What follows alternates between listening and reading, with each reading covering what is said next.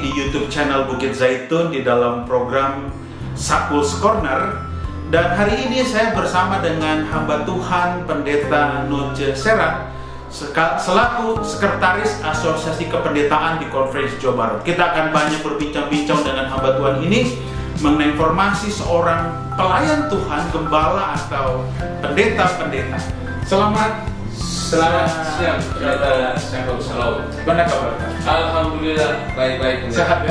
Alhamdulillah masih sehat. Aduh, terima kasih nih pendeta karena di sela-sela kesibukan pendeta kita boleh ada waktu untuk berbincang-bincang ya. Sehubungan dengan peranan pendeta ini. Amin. Sekretaris Asosiasi Kependetaan. Wah, pendeta, kalau boleh tahu nih sudah berapa lama pendeta melayani di Yang pertama mungkin saya perlu kasih tahu dulu pendeta bahwa saya bukan pendeta Noce Serang, tapi Noce Serang. Noce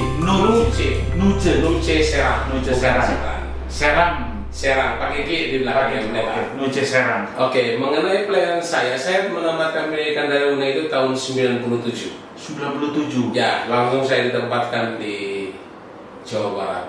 Di Jawa Barat. Di Conference Jawa Barat. Dan saya melayani pertama kali itu saya ingat adalah di Jemaat Ciamplas. Jemaat Ciamplas pendeta. Dan tahun 97. Tahun 97 berarti dengan sekarang 2023 berarti sudah berapa tahun kira-kira? Kalau 97 dikurangi 2023 dikurangi 97 ya berarti sekitar 27 tahun. 27 tahun. Ya. 3 tahun lagi sudah bisa pensiun pendeta. Oke. Karena sudah 30 tahun. 30 tahun ya. 30 tahun bayaran. Dan menjabat sebagai Sekretaris Asosiasi Kependetaan sudah berapa lama nih? Saya menjabat ini dipercayakan oleh umat di Conference Jawa Barat ini sejak tahun 2022. 2022. Ya. 2022. Sorry, bukan dulu. 2021. Sudah 2 tahun saya di sini. 2 tahun. Puji Tuhan. Ya, puji Tuhan. Nah, ini menarik pendeta. Yang saya tahu adalah itu sekretaris kependetaan ya tapi rupanya saya nggak tahu dari dulu atau saya salah pengertian jadi sekretaris asosiasi kependetaan ya. Itu memang berubah atau bagaimana? Kenapa seperti itu judulnya? Tidak berubah. Bukan direktur kependetaan gitu bukan ya? Dari dulu memang sudah begitu. Karena ini kenapa dikatakan sekretaris asosiasi? Sebelumnya itu saya mau bilang bahwa di kantor ini hanya saya satu-satunya yang sekretaris asosiasi. Yang lain itu levelnya direktur. Ya. Kenapa saya sekretaris asosiasi? Karena ini merupakan sebuah kumpulan dari para pendeta. Yes. Dan kenapa saya dikatakan sekretaris? Karena di atas saya itu saya langsung berhubungan dengan ketua. Ya, ketua konferensi inilah menjadi bapak daripada semua pendeta. Saya ada perwakilan daripada ketua konferensi di dalam pekerjaan ini, makanya saya dikatakan sekretaris asosiasi kependetaan. Tapi levelnya itu levelnya sama dengan para direktur yang ada di konferensi ini. Hanya beda itu sebutannya aja. Beda sebutan saja. Tapi kalau dibungkus semua pelayan Tuhan semua. Iya, sama pendeta. Dan ada yang bilang juga gini, ini bapaknya pendeta-pendeta semua. Tidak. Oh enggak juga bapaknya pendeta-pendeta itu ketua konferensi. Pendeta hanya mewakili saya mewakili beliau oleh karena ketua konferensi secara struktural adalah dia membawai semua. Jadi untuk pekerjaan lebih khusus ini saya membawai para pendeta yang berhubungan langsung dengan saya dan saya berhubungan langsung ketua. Yes. Wah, luar biasa. Pendeta. Nah, luar biasa nih pendeta, ini tanggung jawab yang nggak mudah ya. Kalau boleh tahu nih ada berapa pendeta-pendeta di Conference Jawa Barat? Oke. Untuk conference dan mission di Indonesia Kasar Barat ini memang totalnya itu ada 10. Conference dan mission. Conference itu ada 3. 3 itu adalah Conference Jawa Timur, Conference DKI Jakarta dan Conference Jawa Barat. Dari ketiga conference ini, Conference Jawa Barat lah yang paling kecil. Paling kecil. Pendeta-pendetanya maupun wilayah kerjanya. Karena di Conference Jawa Barat ini hanya ada 46 gereja, 10 cabang termasuk dalamnya KOP. Ya. Kelompok orang percaya. Oke. Ya, jadi jumlahnya itu sebenarnya kecil. Nah, kalau untuk total pengerjaannya itu semuanya ada 52. Baik pendeta muda ataupun pendeta senior, baik yang di ladang maupun yang ada di kantor. Kita hanya 52. 52 pendeta. Hanya 52. Kecil, sangat kecil. Ya. Konferensi kita ini. Berarti sebenarnya ada pepatah, bukan pepatah, kita mengatakan sebenarnya ladang banyak, pekerjaan sedikit. Karena memang masih ada beberapa wilayah, kota dan kabupaten yang kita belum masuk. Seperti contoh Kuningan. Oke. Nah, kalau Singaparna ini kan baru masuk. Jadi masih ada beberapa kota kabupaten yang memerlukan beberapa pendeta lagi, tapi karena kita kekurangan jadi. Kuningan masuk di Jawa Barat. Kuningan masuk Jawa Barat. Oke. Saya pikir nggak termasuk. Kuningan masuk Jawa Barat. Dan begini pendeta, di dalam Alkitab kan kita tahu bahwa seorang pelayan Tuhan itu dikhususkan orang-orang Lewi. Ya. Suku Lewi yang dikhususkan. Nah, kalau kita kalau saya mengartikan sekarang ya, yang mereka yang mengambil di jalur kependetaan yang mengambil di universitas yang jalur kependetaan. Nah, itu kan istilahnya ada dia punya jalur-jalurnya. Dan ini nggak bisa kalau nggak, setahu saya mohon dikoreksi. Jadi tahapan-tahapannya apa dulu sih sebenarnya? Apakah harus masuk S1 atau ngambil S2 baru kita masuk di korps kependetaan atau bagaimana tahap-tahapannya? Jadi gini pendeta, sebenarnya untuk langkah pertama yang harus diambil untuk memasuki ladang pekerjaan Tuhan menjadi seorang pendeta adalah persiapan secara pribadi. Oke. Kemudian yang berikut adalah harus melalui jalur pendidikan.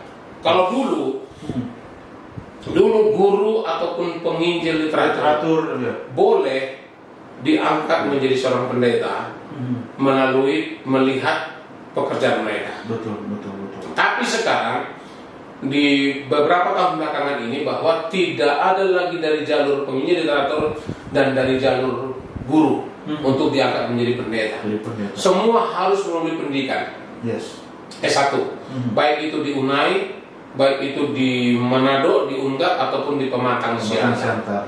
Ya. Setelah mereka dapat menyelesaikan itu, tidak serta-merta mereka langsung masuk menjadi seorang pendeta. Karena masih ada lagi beberapa langkah yang harus mereka tempuh untuk itu. Yes. Ya. Yang pertama, setelah mereka menamatkan pendidikan mereka menjadi sarjana S1, maka mereka harus yang masuk namanya Global Mission Pioneer. GMP ini sederhana dengan dulu pra-intern. Pra-intern atau PS. PS. Nah, setelah dari itu baru mereka akan tingkatkan statusnya menjadi intern. Yes. Ya. Jadi tidak serta-merta mereka menjadi pendeta untuk mendapatkan ladang. Jadi GM Pioneer itu harus kita kirim ke luar kota untuk membuka ladang-ladang baru. Jadi di Jawa Barat ini ada 10 GM Pioneer yang kita sudah tempatkan di beberapa daerah. Membuka ladang baru. Iya, membuka ladang baru. Kemudian yang kedua, tidak ada lagi jalur contohnya S1G ekonomi, kemudian diambil S2-nya kependetaan. Tahun ini atau 2 tahun belakang ini sudah tidak lagi rekomendasi seperti itu. Semua harus dimulai dari sarjana. Betul. S1. Nah, setelah selesai mereka itu, ada juga mereka harus tes kesehatan. Betul. Di dalam tes kesehatan ini kan ada yang namanya tes psikologi.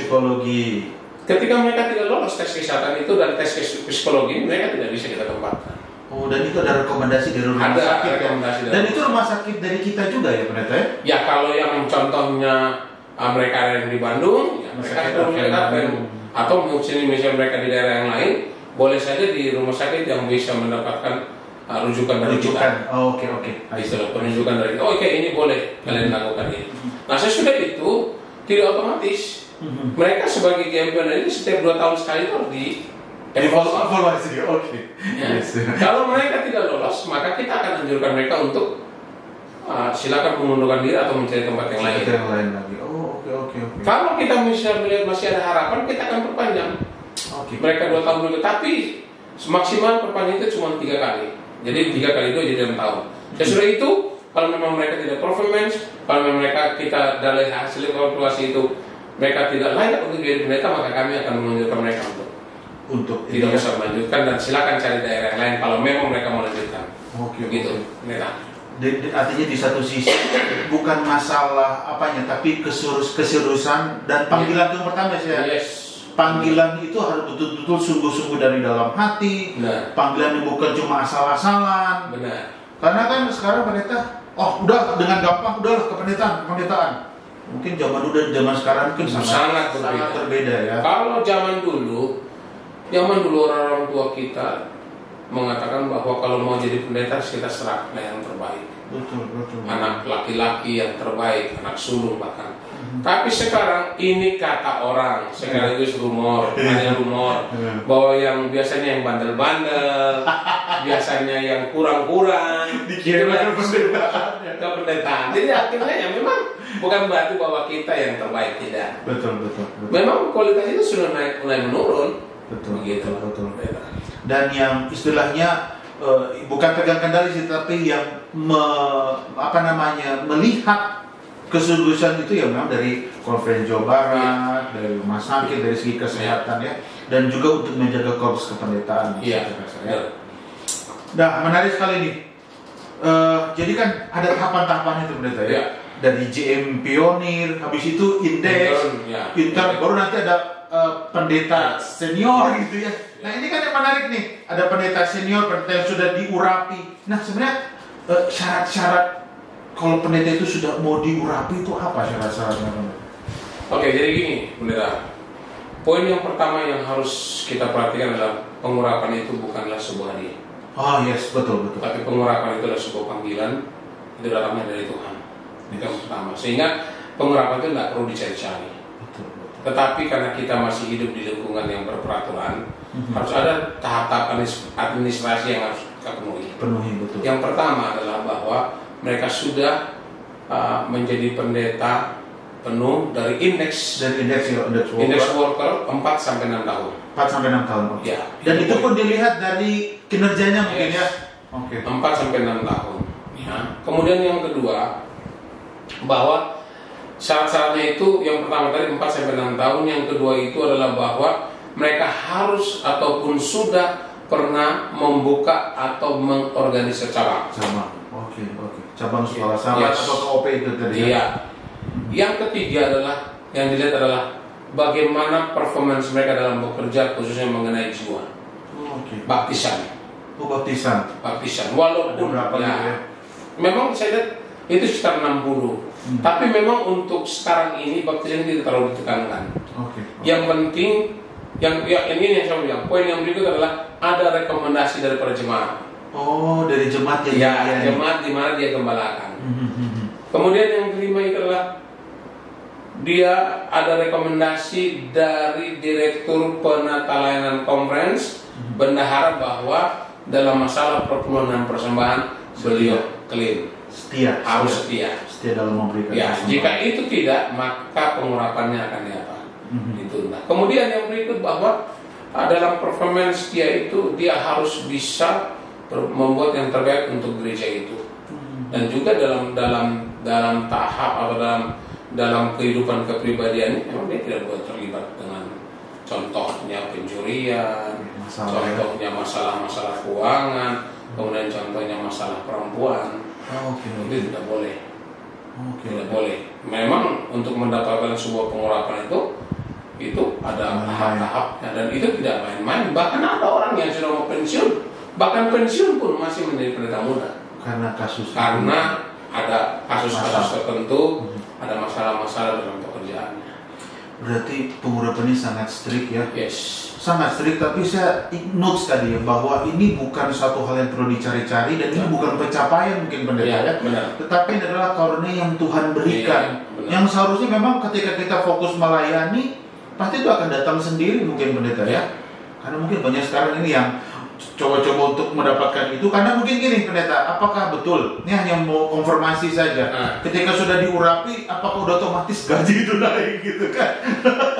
Ya, jadi gini pendeta, ada namanya poin maksimal pengurapan. Ada poin maksimal. Ada poin maksimal. Contoh, ada seorang pendeta muda yang contohnya dia poinnya baru di 60 atau 7. Karena gini, normalnya seorang pendeta itu bisa mendapatkan kenaikan poin tertentu ada 2 atau 3. 4 itu sudah luar biasa. Berarti ada pencapaian yang hebat yang dia sudah lakukan dalam pekerjaannya. Tapi ketika dia poin pengurapan itu, contohnya di waktu pengurapan dia poin 70, poin maksimal pengurapan itu adalah 80. Ya. Oke. 80. Nanti ada tahap-tahapnya sampai di top poin. Sampai di 100 itu 10 tahun. 10 tahun top poin. Itu 10 tahun top poin. Oke. Begitu. Ya, artinya itulah makanya kenapa ada seperti sistem yang gaji-gaji begitu, karena begini pendeta. Mungkin menjadi pertanyaan juga nih, ketika kita melayani dan berarti kita percayakan bahwa Tuhan yang pelihara, Tuhan yang memenuhi segala kebutuhan kita. Nah, berbicara begitu, ini kan suami yang digaji. Dengan istri bagaimana? Apakah ada istilahnya sideline atau side job? Kira-kira itu boleh apa enggak? Berbicara mengenai hal ini kita harus bisa pisahkan antara suami dan istri. Oh iya betul. Kalau suami di dalam buku pedoman kependetaan ya bahwa mereka tidak boleh sideline. Tidak boleh sideline. Ini harus dipertegas ya. Mereka hanya fokus untuk pekerjaan Tuhan. Nah kalau mengenai istri bisa saja. Contoh banyak kasus. Suaminya jadi pendeta, istrinya jadi perawat di rumah sakit. Atau suaminya jadi pendeta, istri jadi perawat tempat yang lain. Artinya begini, tugas paling utama daripada istri adalah mendampingi suami. Janganlah oleh karena sideline atau pekerjaan yang lain sehingga menyebabkan pekerjaan suami terbengkalai. Istri pendeta harus bisa mendampingi suami dalam perlawatan. Ya, karena di dalam gaji pendeta itu sudah ada juga stipend untuk istri juga. Ada stipend untuk istri. Ini perlu ditahu ini. Pertanyaannya, nyampe nggak sama istri itu? Ada, karena mereka sudah dibayar untuk itu. Jadi, kalau saya tidak terlalu ini strict, boleh kerja, silakan. Karena banyak contoh kan. Tapi poin yang utama itulah jangan lupakan pekerjaan suami. Pekerjaan suami. Karena suami-suami harus didampingi dalam perlawatan. Betul. Karena segala macam kasta masyarakat mereka hadapi, baik itu yang manula, baik itu yang janda atau segala macam kan harus dilayani. Karena kalau istri nggak ikut melayani, istri nggak ikut melawat, itu yang menjadi problem nanti. Betul. Dan saya ingat sekali ketika saya diurapi juga kan diminta menjadi seorang istri itu harus setia mendampingi suami kemana dia melayani kan. Dan itulah janji sebagai seorang istri. Sumpah harus mendampingi suami kemanapun mau dia punya masalah atau tidak harus didampingi dan pelayanan juga seperti itu ya. Dan ini menarik memang. Jadi memang karena selama ini banyak selintingan di luar sana mengatakan bahwa boleh dan segala macam, bukan masalah boleh dan tidaknya, tapi jangan sampai pekerjaan suami ini yang utama ini terbengkalai ya. Karena sideline ini. Tapi saya tekankan sekali lagi bahwa pendeta tidak boleh sideline. Tidak boleh sideline. Apalagi istri pendeta. Iya. Seharusnya mendampingi suami. Iya. Bisa saja dia melakukan sideline, tapi jangan lupakan pekerjaan yang utama. Majornya adalah mendampingi suami. Mendampingi suami. Ya. Jadi memang gini pendeta, jadi seorang pelayan Tuhan ini nggak mudah. Benar. Tantangannya banyak, lalu tanggung jawabnya pun besar. Apalagi kalau pendeta dia megang sampai 2 jemaat, sampai 3 jemaat. Ya puji Tuhan kita di sini minimal rata-rata 1 jemaat pegang. Paling banyak pun 2 itu. Walaupun ada 2 ya. Artinya begini, tanggung jawabnya itu besar. Nah tentunya kan nggak lepas dengan keluarga. Ada istri, ada anak-anak, ya. Sementara mungkin di jemaat yang besar tanggung jawabnya juga besar. Nah kira-kira ini menurut Pak Pendeta, karena Pendeta juga sudah pernah mengalami. Kalau kita mau bagi-bagi waktu nih antara orang tua, antara keluarga dan juga jemaat, mana yang sebenarnya yang lebih prioritas? Dalam kita melayani kan sama-sama melayani juga ya. Supaya kita nggak lupa peran kita sebagai seorang pendeta. Ya saya mau katakan kepada kita bahwa poin yang paling utama adalah keluarga. Keluarga paling utama. Sesuai itu baru jemaat. Kenapa? Dan banyak sekarang keluarga-keluarga yang berantakan oleh karena para pendeta lebih mengutamakan jemaatnya. Betul. Dua-duanya sama penting. Yes. Tapi ketika harus memilih, dia harus memilih keluarganya. Kenapa? Karena kita tidak mau bahwa jemaat itu masuk surga, keluarga pendeta justru nggak masuk surga. Betul. Oleh karena melihat pelayanan daripada orang tua mereka. Betul. Kita harus bisa merubah paradigma kita sekarang bahwa keluarga penting. Keluarga lebih penting dalam pelayanan ini. Dua-duanya sama penting. Tapi ketika memang harus memilih, maka dia harus memilih keluarganya. Saya kasih contoh. Pada waktu saya pelayanan di salah satu jemaat, Ada anggota jemaat saya yang kecelakaan. Yeah. Malam. Sementara di waktu yang sama saya mengantar istri saya kerja malam. Betul. Karena rumah saya jauh. Betul. Ya. Dia telepon saya, Pak Pendeta, saya kecelakaan. Saya bilang, Ibu kecelakaan di mana? Disebutkan satu tempat. Bagaimana keadaan Ibu? Oh, saya cuma jatuh aja Pendeta. Tapi tidak ada yang mau mengantar saya. Pendeta bisa nggak mengantar saya? Saya bilang, Ibu, saya bisa. Ibu tunggu sebentar. Saya antarkan dulu istri saya untuk kerja. Nanti saya jemput Ibu untuk saya antarkan ke rumah. Nah, itulah salah satu contoh kecil. Karena tidak mungkin saya menolong dia, kemudian saya terbengkalai. Itu masalah nanti dalam rumah tangga. Betul. Jadi, ketika dihadapkan dengan hal-hal yang seperti itu, kita harus bisa memilih. Yes. Contoh yang lain, misalnya, istri harus diantar ke salon. Contoh. Betul. Sementara ada jemaat yang membutuhkan bantuan kita. Istri kan ke salon kan masih ditunda. Betul. Dahulukan dulu yang jemaat. Jadi lihat kasus. Urgensinya berarti. Yes, lihat urgensinya. Mana yang harus kita lakukan. Tapi jika memang harus memilih, keluarga yang harus kita paling utamakan. Karena memang betul pendeta, karena mungkin kita mendengar banyak kasus pendeta ini sibuk terlalu ini dengan jemaatnya, hingga anak-anaknya terbengkalai. Bahkan ada image seperti ini loh, anak-anak pendeta ini kayak seperti gak bisa diatur katanya. Berarti sebenarnya salahnya dari kita sendiri untuk memanage bagaimana kita dapat mengatur keluarga kita, rumah tangga kita. Karena memang ada sebuah kontradiksi yang terjadi. Kita begitu ramah dengan istri anggota jemaat, ketua jemaat, tapi kita nggak ramah dengan istri kita. Atau kita ramah dengan anak-anak anggota, tapi anak kita bentak. Betul. Karena yang paling tahu kehidupan kita itu, yang benar itu keluarga. Istri dan anak yang tahu bagaimana keberadaan kita. Iya. Kita bisa berkamuflase ketika kita berkhotbah, ketika kita melayani, kita menganggap bahwa tidak ada masalah. Padahal sebenarnya mereka tahu bahwa kita ada masalah. Betul. Jadi keluarga harus paling utama. Jangan sampai khotbah kita bagus buat ini, sementara buat keluarga membaliknya. Jadi tantangan juga ini buat para pelayan Tuhan, harus bisa melihat mana yang paling penting, tapi jangan melupakan keluarga. Iya, benar. Oke. Pendeta, ini kita banyak berbincang-bincang juga.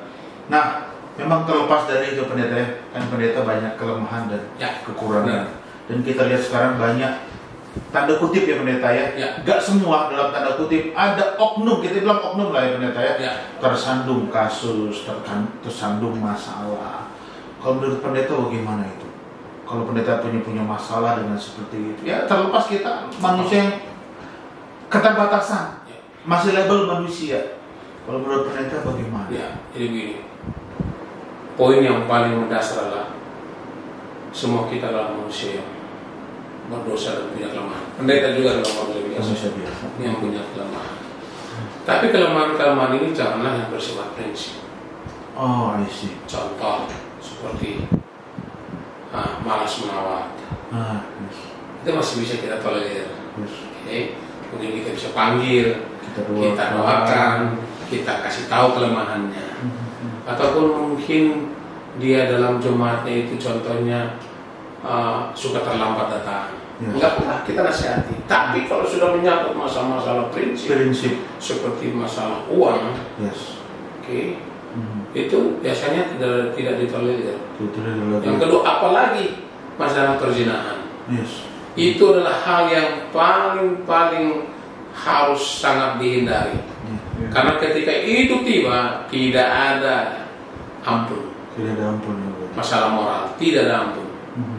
Kita akan bawa ke komite kependetaan, kemudian kita akan rekomendasikan ke eksekutif komite, dan kita akan PHK, kita akan berhentikan, dan kita akan usulkan ke Uni Indonesia Kawasan Barat sebagai pimpinan pusat kita di Indonesia untuk dicabut kependetaannya. Jadi sebenarnya kita juga tegas terhadap oknum tadi ya pendeta ya. Tapi artinya jangan merusak korps kependetaannya. Karena mungkin di luar sana orang langsung berpikir pendeta ini begini. Mungkin kalau dari segi pendeta apa pesan yang pendeta mau sampaikan di luar sana? Karena kita tetap strict juga terhadap hal ini ya. Tetapi jangan lupa kita tetap menjadi pelayan-pelayan Tuhan. Jangan sampai dirusakkan kita punya korps kependetaannya. Karena di luar sana mungkin pikirannya aneh-aneh gitu. Benar. Ya, jadi memang sebenarnya di dalam buku pedoman kependetaan kita ini sudah diatur semuanya. Bagaimana penampilan pribadi, bagaimana cara kita membuat keuangan pribadi kita, kemudian bagaimana kehidupan rumah tangga kita, semua sudah diatur di sini. Sudah diatur di dalam buku pedoman kependetaan ini. Cuman yang saya mau katakan bahwa kita harus menjadi teladan di semua. Pendeta, karena pendeta itu public figure, dilihat oleh semua orang. Ya, pendeta itu kan di jemaat itu kan orang nomor 1.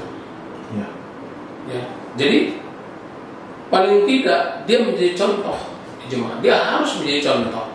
Bagaimana dia memperlakukan orang lain, bagaimana dia memimpin rapat, bagaimana dia berbicara, bagaimana dia menangani stresnya, bagaimana dia menangani emosinya, semua harus bisa menjadi apa? Menjadi teladan. Nah, itulah sebabnya, ya menjadi contoh. Itulah sebabnya sebenarnya pedoman kita ini kan cuma ini, peraturan gereja dan Alkitab 128 doktrin.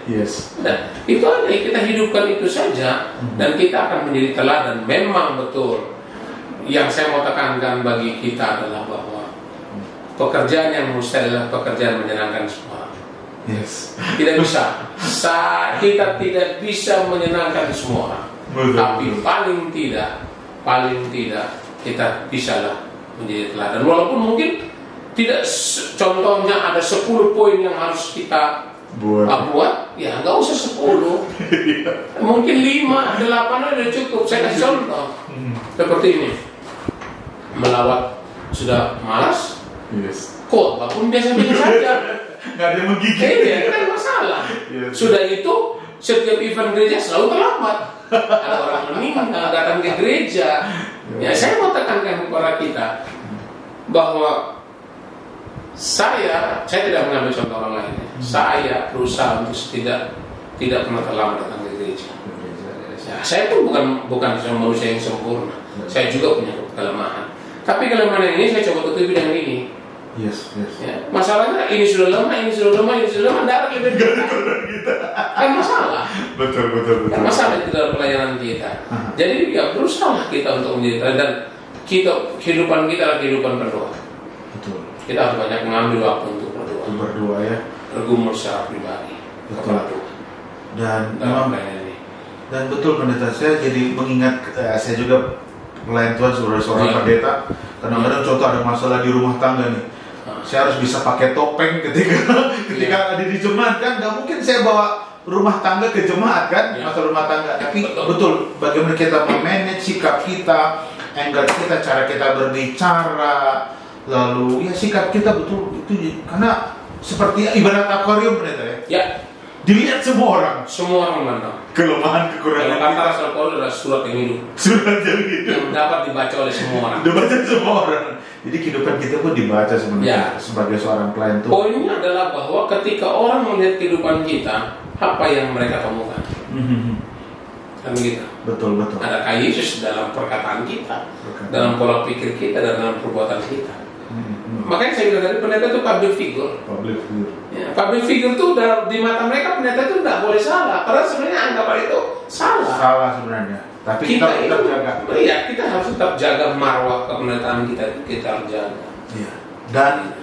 Dan karena kita sudah terjun ke dalam dunia pelayanan, kita harus komit dari awal benar ya. Kalau nggak mau susah-susah, kalau apa benar dari awal. Itu makanya harus ada screening istilahnya. Screening menjadi seorang pelayan Tuhan agar kita dapat menjaga korps. Dan ada hal yang lebih luar biasa bahwa pendeta zaman sekarang itu berbeda dengan pendeta orang tua kita dulu.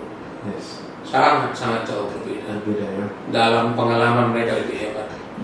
Hanya kita dalam seleri kita lebih hebat. Mereka mau bekerja tanpa dibayar. Betul. Tapi kita sekarang, bukan saya bilang apa, ini semua kita, termasuk saya, termasuk pendeta, kita harus bisa membuat sebuah teladan dengan melihat pahlawan kita yang dulu, bagaimana mereka melayani. Oke, pendeta, apa pesan kira-kira untuk kita, khususnya bagi pendeta-pendeta di Konferensi Jawa Barat, kira-kira ada yang mau disampaikan? Oke. Terima kasih. Jadi pesan saya untuk kita semua pendeta-pendeta di Konferensi Jawa Barat, kita harus bisa menjadi teladan. Teladan dalam berbicara, teladan dalam berpikir, dan teladan dalam berbuat. Jadi biarlah dalam pelayanan kita menjadi contoh, kita menjadi teladan yang dapat ditiru.